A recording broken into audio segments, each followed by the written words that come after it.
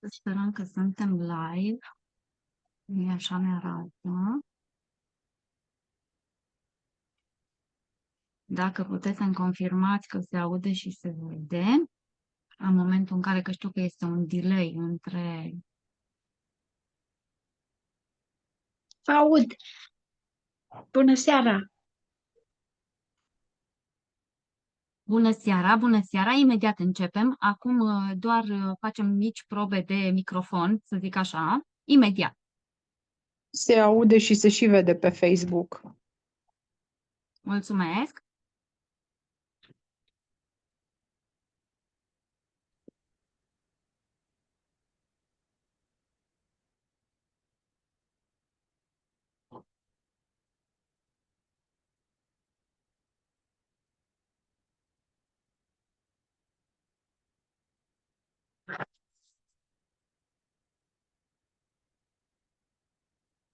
Să-mi spuneți dacă se vede, când se va vedea și pe Facebook. Dacă se vede ce am distribuit pe ecran.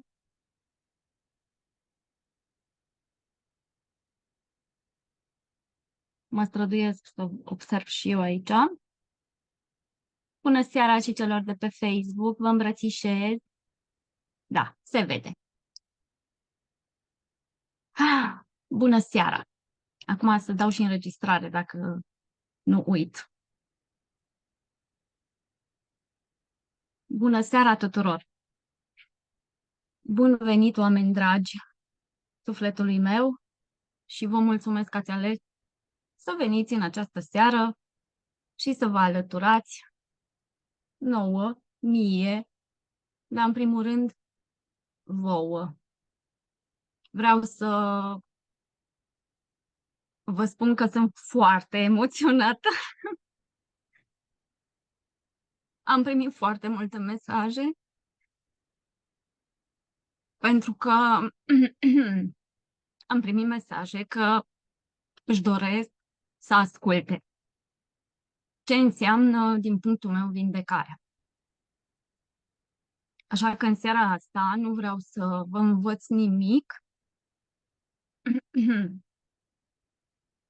Tot ce urmează să împărtășesc este din trăirea mea, din tot ceea ce am experimentat, experimentez și voi experimenta în continuare.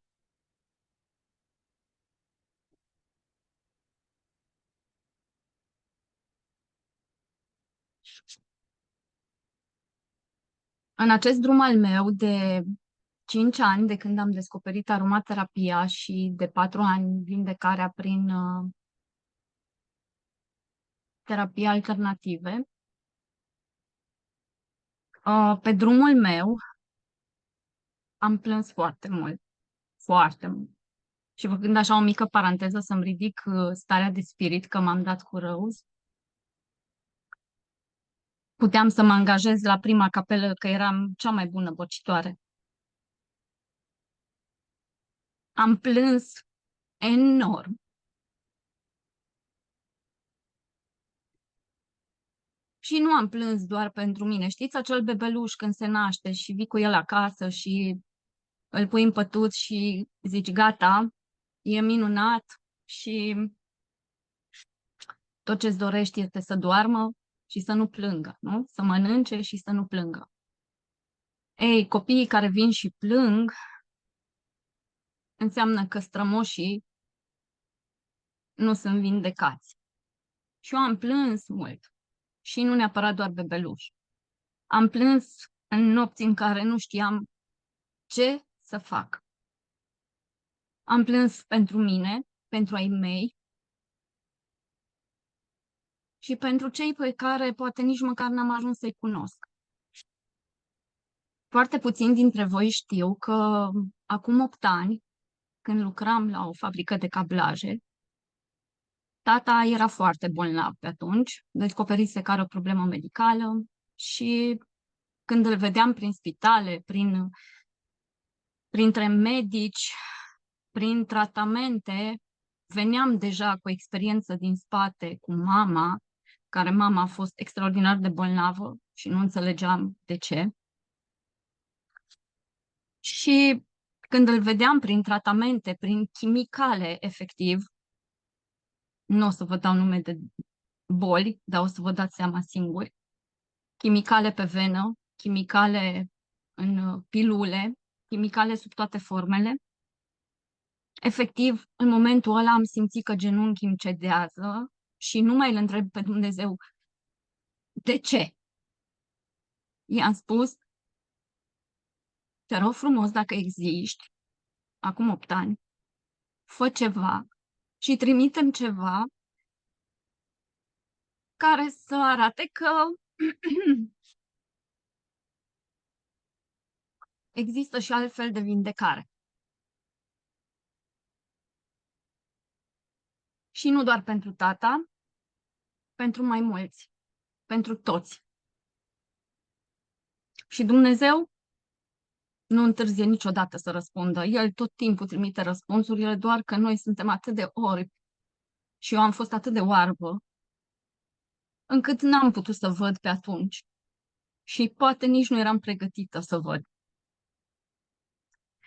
Și de cele mai multe ori ne dorim ca Dumnezeu să ne trimită mesajele pe care le dorim noi și sub forma pe care o dorim noi. Uneori apar discret, în tăcere și în timp. Însă, atunci când Dumnezeu mi-a trimis răspunsul, mi-a trimis și o altă cale de vindecare și mi-a trimis și trăirea profundă a vindecării. Adică nu doar varianta de vindecare, ci și trăirea profundă a ei. Ca să pot simți, nu doar să cred că vindecarea există dincolo de fiole, dincolo de chimicale, dincolo de halate albe, dincolo de rețete și așa mai departe. Mi-a trimis o cale care m-a scos din frică, m-a băgat în frică, m-a scos din furie și m-a băgat în furie. M-a învățat să îmbrățișez neputința și disperarea. Mi-a trimis instrumente, oameni, uleiuri esențiale, da, că și despre ele este vorba. În seara aceasta, dacă v-ați alăturat în așa fel încât să credeți că vă dau pastila minune și tratamentul minune care să funcționeze pentru diversele situații prin care cu siguranță o să vă dați seama, să știți că nu ați nimerit unde trebuie. N-am venit să vă dau niciun protocol, nu sunt medic, sunt doar un om, un suflet, o bucată de pământ, că suntem din pământ, care am venit să mă expun în fața voastră. Așa a început drumul meu de vindecare, un drum care, în primul rând, te întoarce spre tine, doar să fii pregătit să-l vezi, pentru că de cele mai multe ori nu suntem pregătiți să-l vedem. Și atunci când l-am întrebat și l-am rugat pe Dumnezeu cu genunchii îndoiți să-mi trimită o altă variantă de vindecare, mi-a spus: întoarce-te la tine. Habar n-am avut ce însemna asta. Și eu continuam să spun: Doamne, arată-mi calea. Vindecarea, prin percepția mea, de la acest moment, gâtuită, după cum mă puteți observa, vindecarea nu este un eveniment, ci un drum interior. Mult timp am crezut că vindecarea vine din exterior, că doar cineva din exterior se poate ocupa de mine, de familie, de copii, de mama, de soț. și ulterior de mine. Însă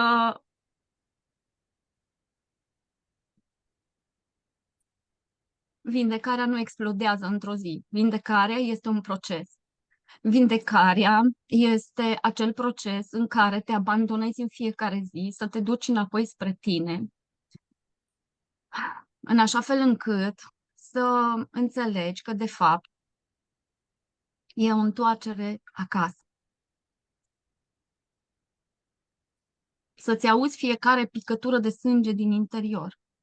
Să te auzi pe tine în interiorul tău. Asta înseamnă și asta a însemnat pentru mine vindecarea. Și o să vedeți și o să vezi tu, cel de dincolo de acest ecran, care mi-a fost provocarea. De asta am intrat gâtuită de emoție și mi-asum. Poate altădată m-aș fi scuzat și mi-aș fi spus, mă scuzați, dar știți, sunt emoționată. Nu. Astăzi și în ultima perioadă, în ultimii ani, am ajuns să mă ascult. Și despre asta este vorba. Ascultarea corpului. Totul începe atunci când spui, gata, nu mă mai ignor. Și nu doar la nivel declarativ, pentru că atunci când am intrat pe calea vindecării holistice, din toate punctele de vedere, am fost întrebată dacă sunt de acord să accept vindecarea. Și mă credeți că am spus, cum ar spune, apropo, voi ce ar zice dacă v-aș întreba acum, acceptați vindecarea? Vă doriți să vă vindecați? Și nu neapărat de o boală gravă. Vă doriți să vă vindecați de ceva? Cred că cu siguranță veți răspunde da. Așa am răspuns și eu. Și nu e nimic rău. E chiar bine. Însă atunci când alegi să rupi lanțul tăcerilor, să rupi lanțul dusului spre sistemul care nu te vrea sănătos, ci te vrea bolnav, și aici o spun cu foarte mare iubire,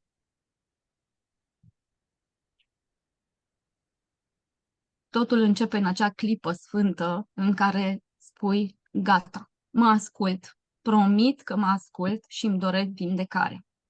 Vindecarea nu vine în momentele pașnice, în momentele blânde, atunci când totul este calm și ușor și frumos. Nu. Vine când te zguduie totul, când ai impresia, asta mai lipsea. Era fix ce-mi lipsea acum.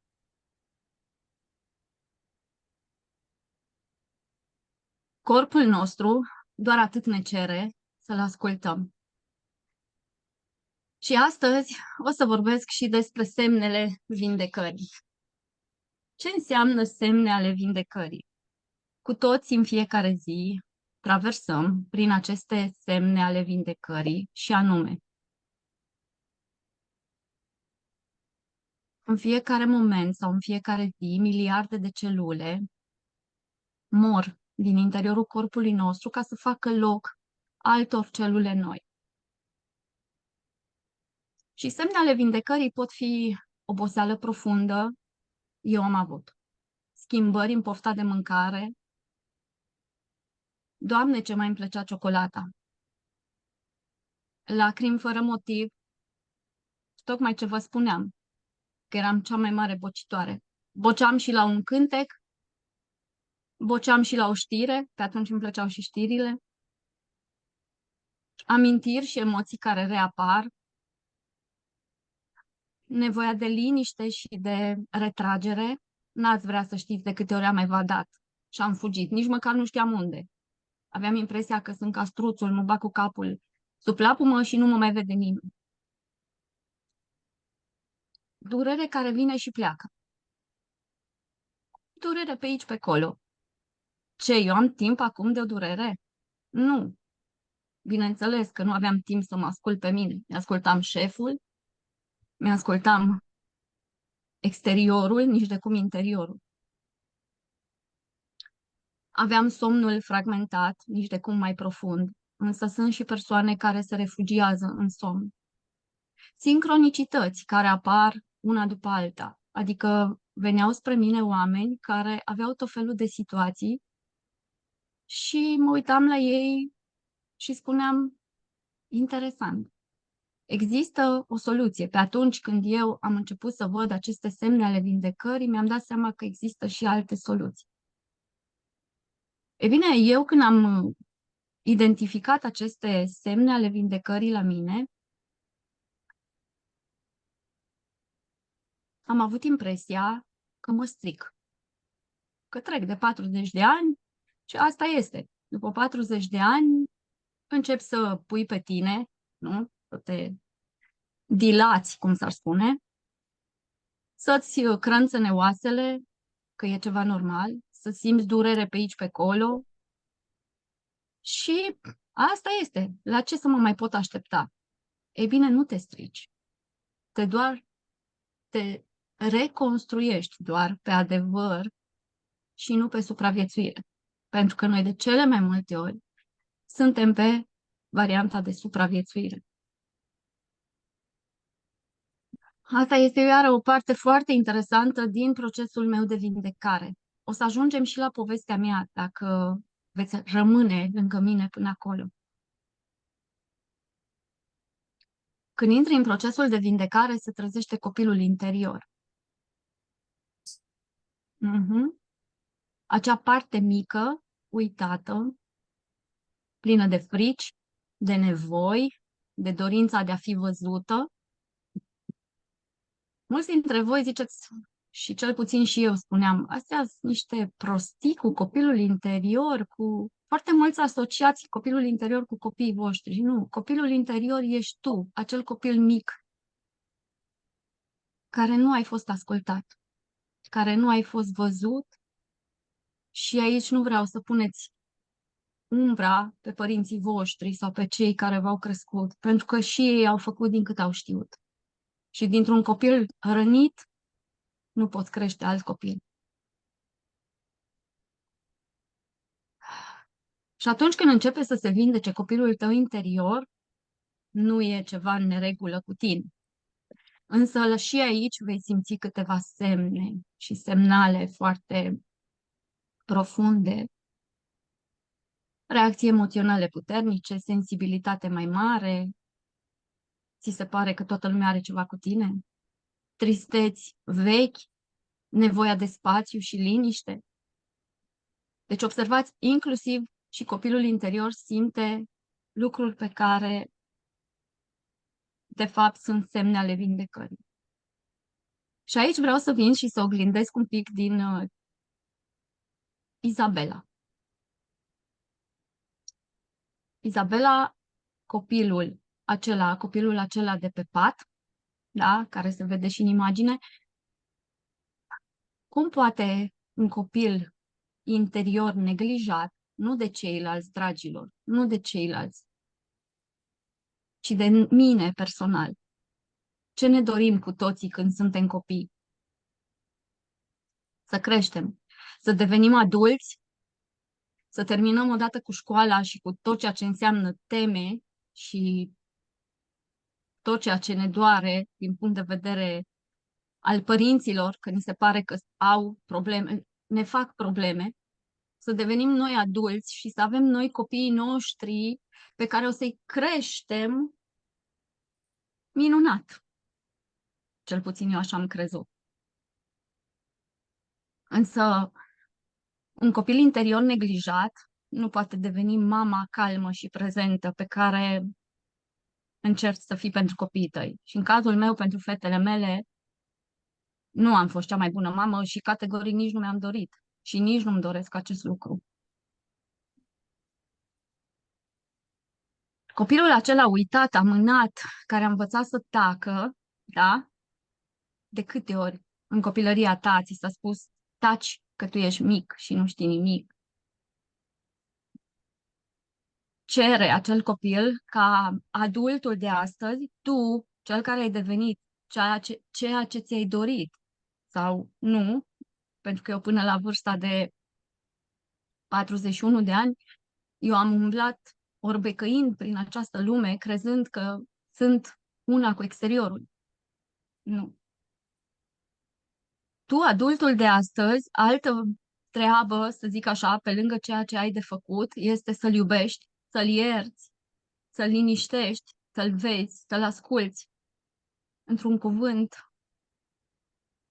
să îmbrățișezi procesul. Acel proces de vindecare.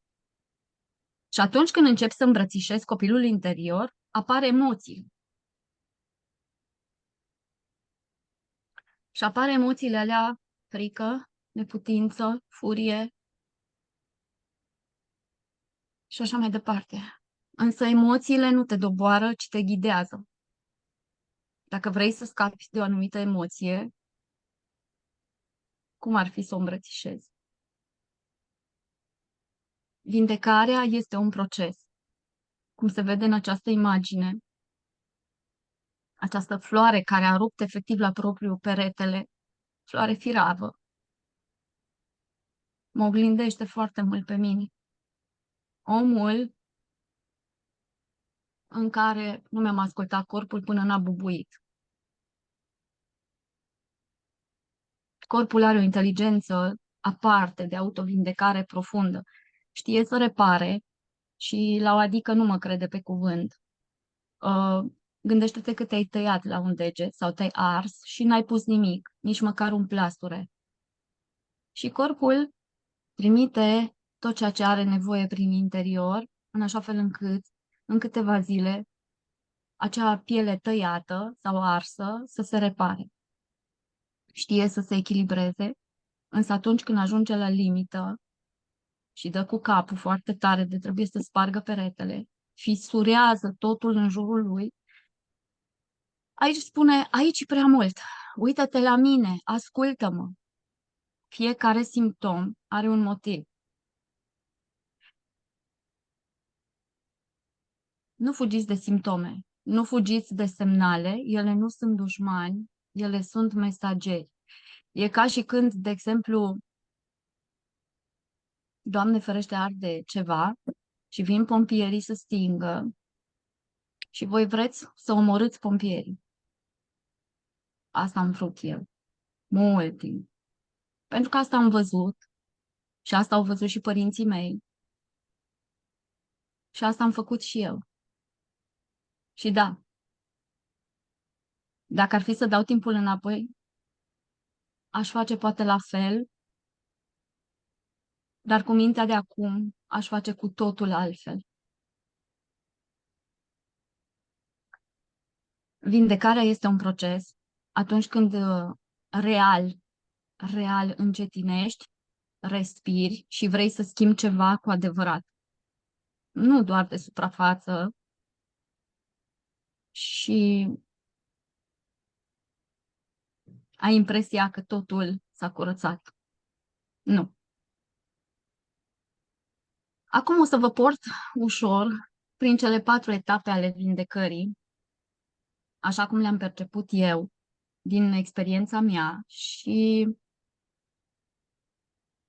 sunt niște etape foarte subtile și o să vreau să, așa cum v-am chemat și pe invitație, să veniți cu inima deschisă. Prima etapă este ascultarea. Ascultarea de care vorbeam chiar și la început. Aici este primul pas. E momentul în care nu mai minți, nu mai negi, e momentul în care stai cu tine, chiar dacă doare. Și doare al naibii de tare. Dar de cele mai multe ori, ce facem noi, sau ce am făcut eu, am astupat simptome. I-am băgat suzeta în gură. Cineva și-a deschis microfonul. Vă rog să verificați, să vă închideți microfoanele. Și atunci când nu mai acoperi cu acea suzetă, adică în ce sens? Nu mai acoperi cu agitație, cu fugă, cu pastile menite să ne reducă la tăcere simptomele, atunci începe cu adevărat ascultarea. Ascultarea blândă este primul pas spre vindecare.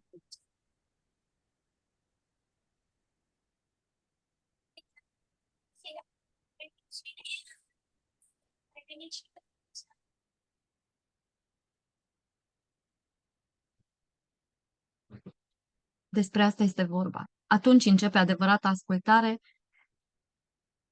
când nu mai fugim în tot felul de suzete menite să ne înțepenească corpul, această bucată de pământ pe care Dumnezeu a măsluit-o atât de perfect în burtica mamei tale. Și uite că după 40 și un pic de ani s-a întâmplat să dea greș. Sau poate fiecare la momentul lui. Niciodată Dumnezeu nu face greșeli.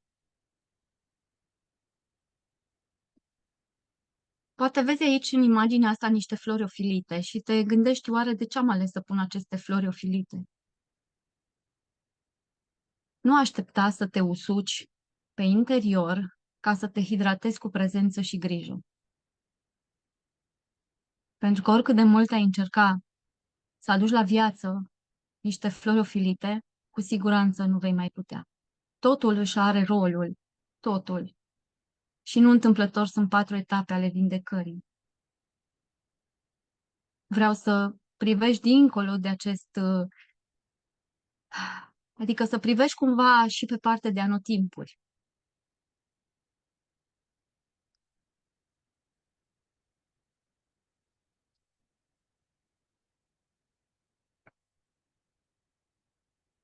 Etapa 2 este etapa curățării. Uneori mie mi-a părut că se înrăutățește. În această etapă am avut impresia că calc pe mărăcini, că totul prinde o nuanță neagră. Este etapa cea mai dificilă. Este etapa în care corpul scoate afară tot ceea ce l-a apăsat. Toxine pe piele, transpirație, caune de toate națiile, mirositoare, emoții reprimate, amintiri dureroase, dar de ce mie, dar de ce eu, uite ce mi-a făcut cu tare, uite ce îmi făcea bunica, la sora mea nu-i spune așa, mie îmi zicea așa, amintiri tăioase. Asta este etapa curățării, dureri vechi, de ce n-am putut să-l ajut pe tata. Este etapa în care foarte mulți renunță, pentru că simt că se agravează. Aici este etapa în care începem să ne întâlnim cu adevăratul nostru eu. Și bineînțeles, mulți fug la suzete, alții fug la vindecare reală. Ne întâlnim cu adevăratul nostru eu cea care am dus prea mult, eu cea care n-am spus ce trebuia să spun, eu cea care am tăcut atunci când trebuia să vorbesc, eu cea care am strâns în piept, în gât, în tiroidă, în stomac, în intestine și lista poate continua la nesfârșit. Asta este etapa curățării, când doare foarte tare. Și cei care o știți pe Izabela și care mă cunoașteți, știți cât de mult omit să cer ajutorul. Pentru că am fost învățată, inclusiv și acum 7 ani, când tata a plecat din această lume fizică, toți care veneau la capelă îmi spuneau, tu ești puternică, tu duci. Și am zis, nu, în această perioadă nu pot să duc, nu sunt puternică. Așa că dacă și ție ți s-a spus că ești puternică, înseamnă că ceva are nevoie de eliberare și de curățare. Etapa 3 este etapa reconstrucției. Este etapa când de aici se vede lumina. atunci când hrana, somnul, liniștea devin medicamente. E etapa în care corpul începe să-și recapete forța, în care somnul se reglează, nici prea mult, nici prea puțin, atunci când gândurile devin clare, când pielea strălucește. Apropo de pielea strălucitoare, făcând o mică paranteză, fiica mea cea mică, când eram mai mică, mult mai mică, văzând pozele cu mine din tinerețe, mi-a spus: ce bătrână erai când erai tânăr. Mulți dintre voi mă întrebați: ce fac? Radiez, strălucesc? Doar reconstruiesc. Reconstruiesc omul care s-a distrus și care a distrus acea bucată de pământ pe care Dumnezeu a lăsat-o pe acest pământ. Energia revine și atunci și aici începi să simți că ceva se reconstruiește. Este etapa în care devine foarte esențial, încă de la primul pas, e foarte esențial ce alegi să bagi în interiorul corpului tău, în urechile tale, în inima ta, în emoțiile tale. Ești media oamenilor cu care te înconjori. Spune mentora mea că spune unui copil până la 7 ani: porcule, și va începe să grohăie. Cam despre asta este vorba. Da, este foarte esențial ce introduci în interiorul minții tale. Cea de-a patra etapă este și ultima, din punctul meu de vedere, este integrarea în viață. Spui da și nu, fără frică și fără vină. Nu mai te simți vinovată sau vinovat de faptul că ai spus un nu hotărât sau un da hotărât. Integrarea apare atunci când vindecarea este un stil de viață și nu e un exercițiu. Am de făcut 30 de minute de exercițiu de vindecare. Nu. Stil de viață. Stilul de viață reprezintă pentru mine la momentul acesta să nu mai uit de mine, să nu mă mai forțez, să-mi ascult corpul, să mă curăț, să mă reconstruiesc și să mă integrez. Cum? Lăsând totul și punându-mă pe mine pe piedestal. Nu că sunt acum o egoistă, dar eu sunt cea mai importantă persoană din viața mea. De ce? Pentru că dacă eu nu sunt bine, nici familia nu va fi bine, nici mama, nici sora, nici soțul, nici copiii, nici nimeni, nici măcar strămoșii. Vreau să-i fac mândri de faptul că nu s-au zbătut degeaba pe acest pământ. Că a fost batere, a fost atunci război, nu aveau apă caldă la robinet, nu aveau curent, au avut foarte multe provocări. Asta este, din punctul meu de vedere, unul din punctele de vedere, maturitatea vindecării conștiente. Și aici intră și povestea mea. Povestea care arată în felul următor. O foaie goală, ai spune.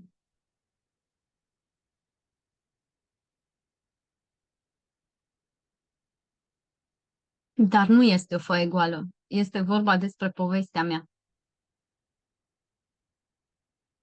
A mea, a Izabelei, a omului care a traversat o provocare,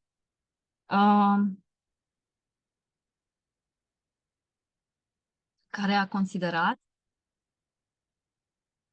că acea provocare ori o lansează să fie lumină pentru ceilalți, ori o va aduce pe marginea prăpastiei, cum s-ar spune. Și această poveste începe cu vindecarea mea blândă, pornită cu o provocare la sân. După cum v-am zis, nu o să folosesc nume de boli, pentru că nu vreau. Astea sunt inventate de sistem să ne țină în corzi. Această provocare ce a fost pentru mine a fost un mesaj, a fost un semnal care s-a transformat într-un nod. Un nod pe care corpul a reușit atât de frumos să-l încapsuleze, în așa fel încât să-l separe de restul corpului.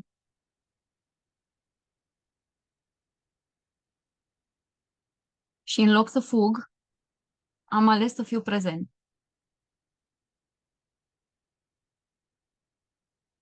Am stat cu ceea ce era acolo crud, real. Am lăsat durerea să se arate așa cum era. Era nu neapărat durerea fizică, cât durerea ce fac. Cu toții ne întrebăm acest lucru. Ce fac?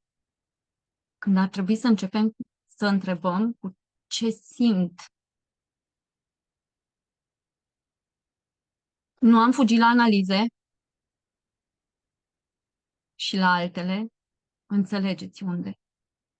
Dacă fugeam spre analize, ecografe și alte investigații, astăzi aș fi vorbit dintr-o cu totul altă postură.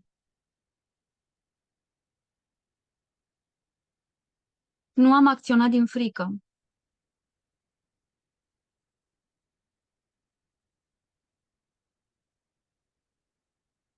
Dar mă credeți că era?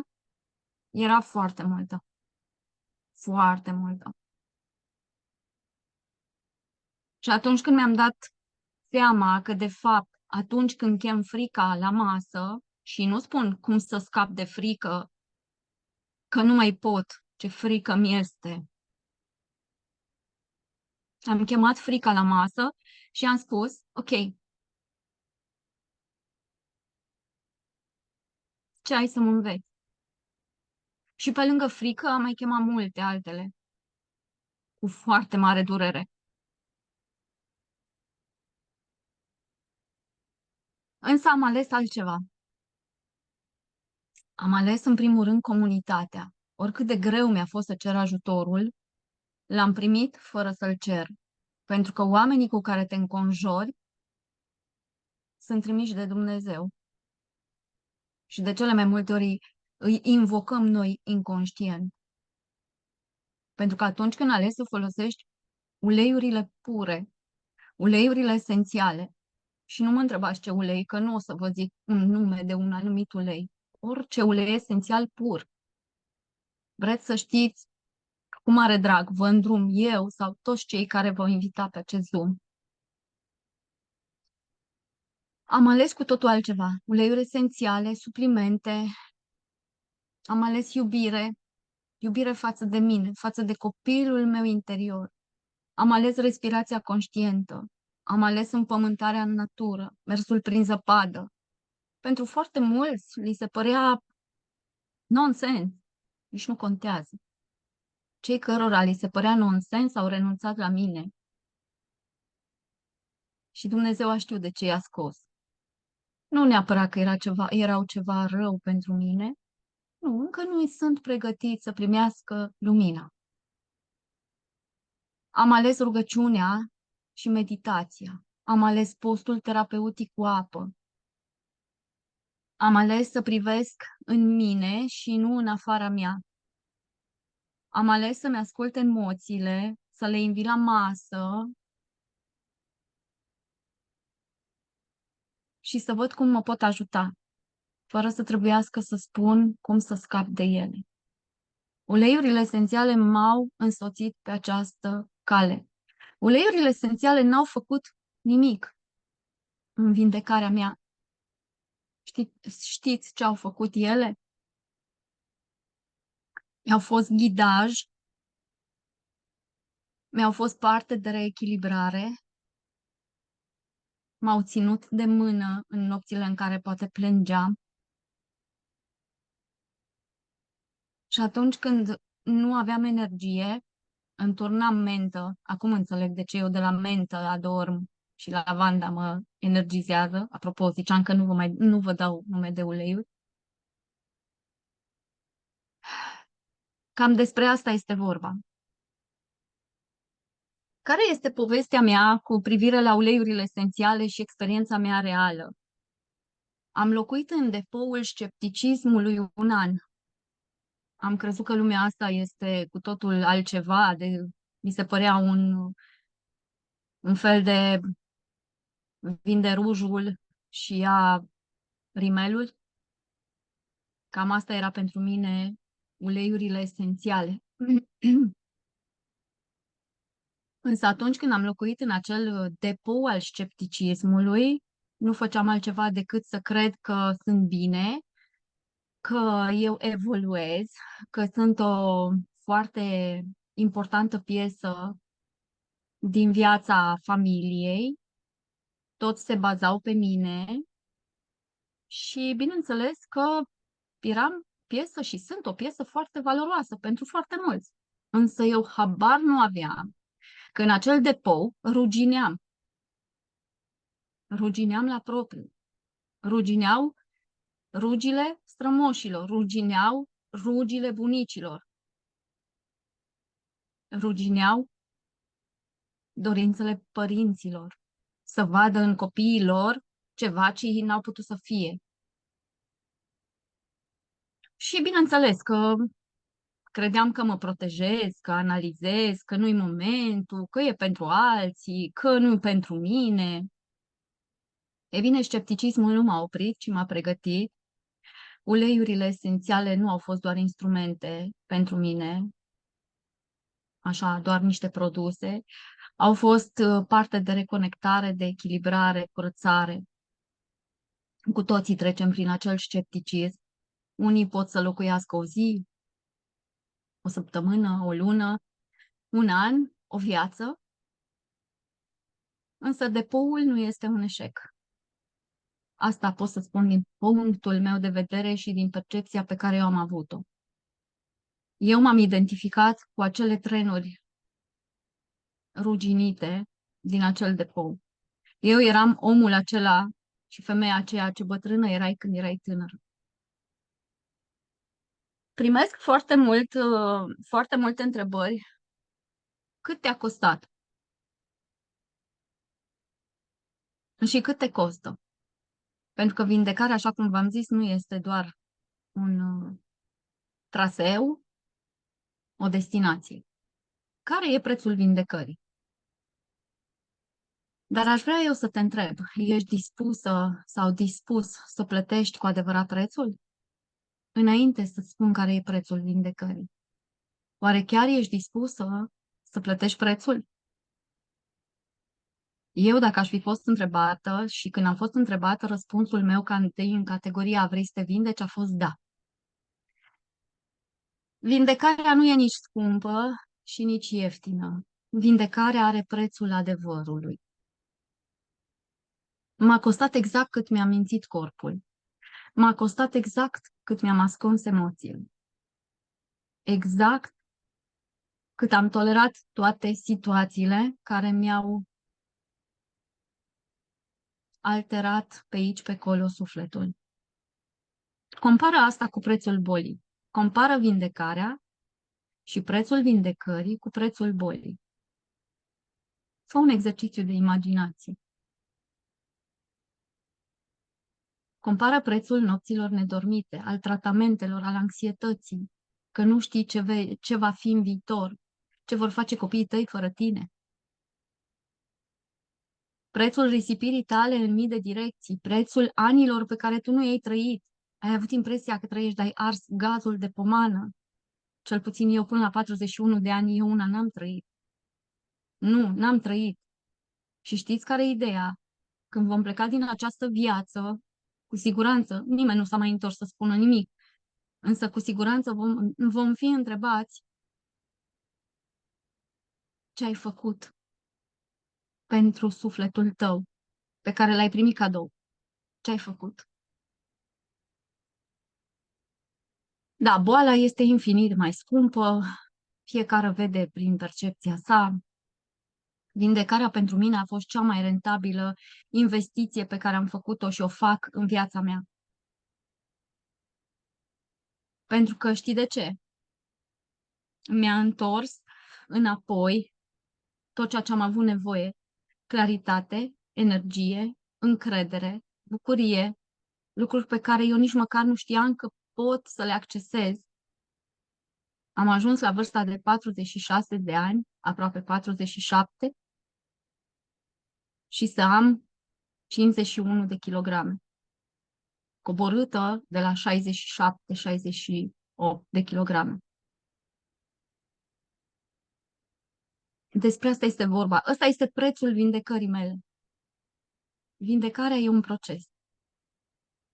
Atunci când nu mai tratezi corpul ca pe un tren ruginit, când îi dai cu satisfacție tot ceea ce are nevoie, aici am pus ca imagine o capsulă cu biluțe de tămâie. Privește cât de minunate sunt aceste biluțe de tămâie, din 4 tipuri de tămâie. Imaginează-ți cât bine a putut face această și face această capsulă în interiorul corpului meu.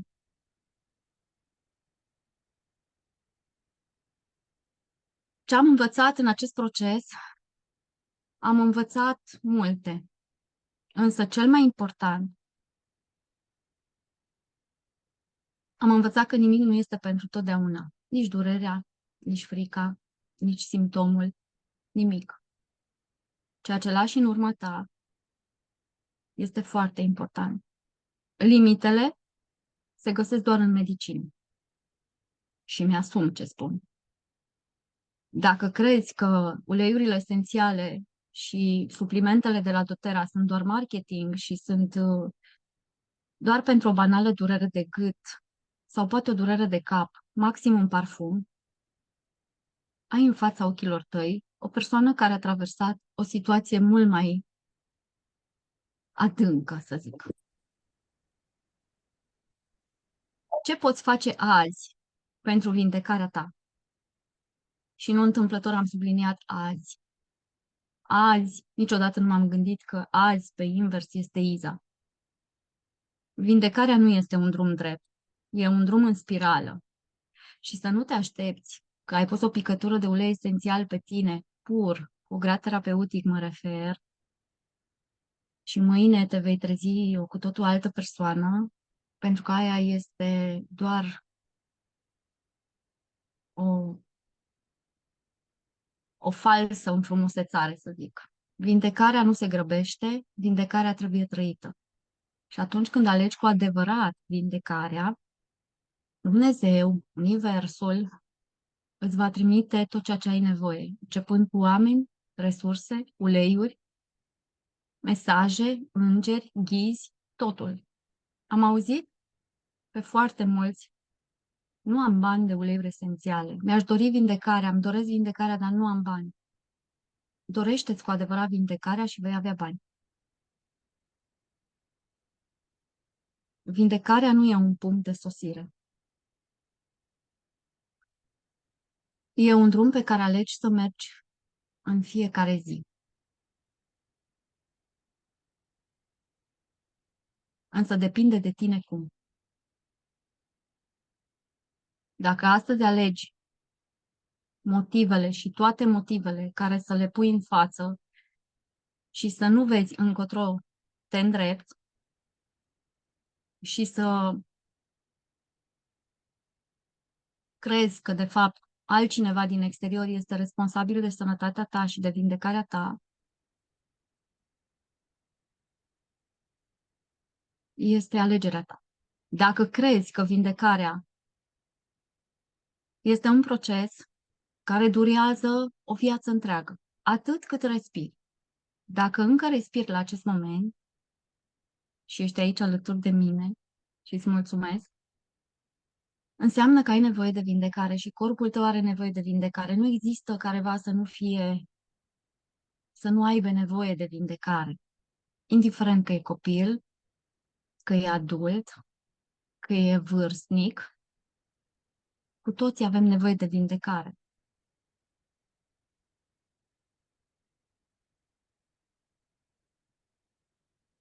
cu acest gând vreau să te las.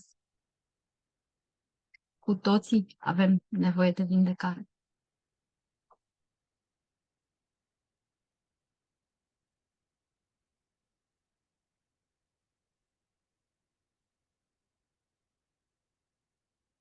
Dacă aveți întrebări, sunt aici. Ai fost Încă revelatoare. las Ai fost, transmisiunea în direct. Poate ai fost sunt întrebări de pe revelatoare. Facebook. Ai fost divină, ai fost magică, ai fost ca o carte care și-a deschis fiecare filă a vieții, povestind-o de când n-a fost până în momentul când este, de la concepere până în momentul de față. Deci n-am cuvinte.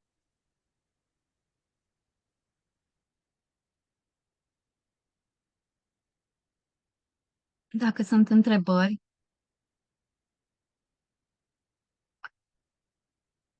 vreau să stau și pentru Facebook. Mulțumesc, Daniela, mulțumesc tuturor. Slava lui Dumnezeu, pentru că El este Cel care m-a ghidat să vin pe acest drum. Eu am fost foarte vehementă și am ales de foarte multe ori ca acest Capricorn cu ascendent în Berbec să fie foarte, foarte încăpățânat. Și nu am ales eu. Sunt convinsă că Dumnezeu a fost Cel care a făcut în așa fel încât să mă lase să dau cu capul. Dumnezeu nu-ți dă mai mult decât poți duce. Într-adevăr, așa este. Însă, atunci când alegi cu bună știință să înțelegi că, de fapt, ai liberul arbitru nu întâmplător, nu ca să facă dotera bani de pe spatele tău, nu, să începi să te vindești cu adevărat. Va durea foarte tare. Cât de tare a durut? Foarte tare. Însă am avut familia, v-am avut pe voi. Da. Și vă am. Așa că deschideți-vă.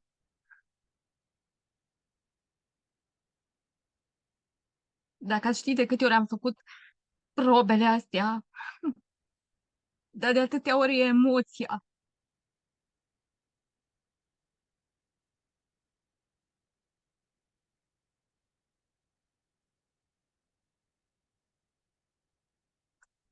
Emoția că mă simt atât de binecuvântată de Dumnezeu că pot să las ceva în urma mea.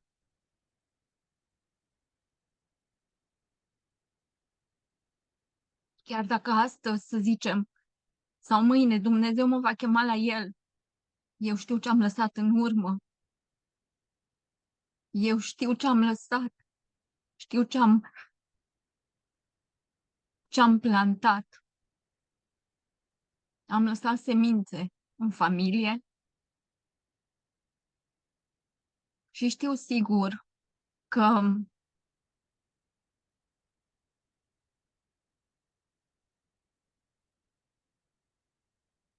efectiv, inclusiv tata, bunicii, străbunicii sunt foarte, nu mândri, nu mândri, sunt onorați, pentru că cu toții uităm să-i onorăm.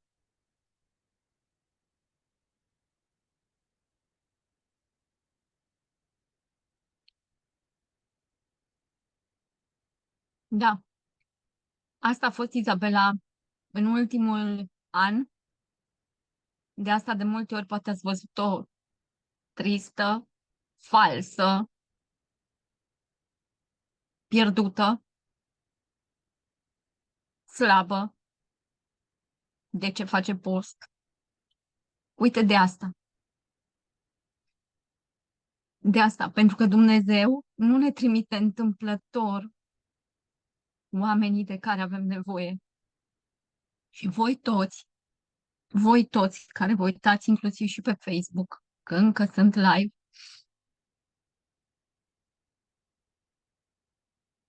ați fost parte și sunteți parte din vindecarea mea. Și atunci când eu am ales această vindecare cu bună știință și voi ați reușit să vindecați ceva. Văd aici mesaje. Am bocit, ca de obicei. Vă mulțumesc tare. Fie lumină.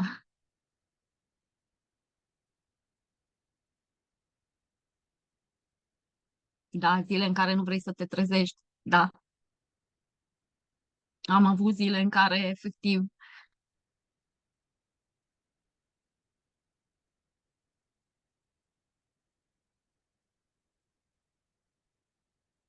se vedea uneori la întâlniri. Da. Era foarte dureros și nu aș putea să fug și să zic, nu, na, uai, știi ce fain?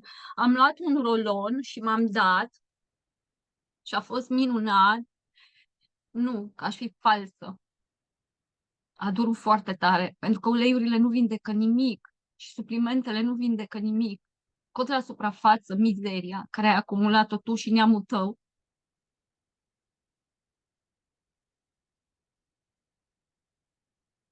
Da, am zis și de masa tăcerii, da, acolo. Da, cât câștigi, nu cât te costă. Vă mulțumesc că sunteți aici cu mine. Dacă aveți întrebări, uite și pe Facebook, sunt încă oameni prezenți. Vă mulțumesc. Sunteți minunați. Vă mulțumesc din toată inima. Toți, absolut toți, sunteți parte din vindecarea mea. Și tot ceea ce eu am trăit și trăiesc, pentru că trăiesc o stare de recunoștință infinită, infinită. Nu există bucurie mai mare decât să poți să vezi vindecarea reală, să o simți, să o miroși. Nu există. Sunt infinit recunoscătoare pentru voi toți. Vă mulțumesc. Așa că, dacă nu sunt întrebări, da, cu glutenții. Uite, Vero, trebuia să zici când nu apuca boceala, trebuia să zici de glutenții. Dar oricum nu vedeam mesajele, deci nu vedeam, cred că numai pe Facebook. Acolo deja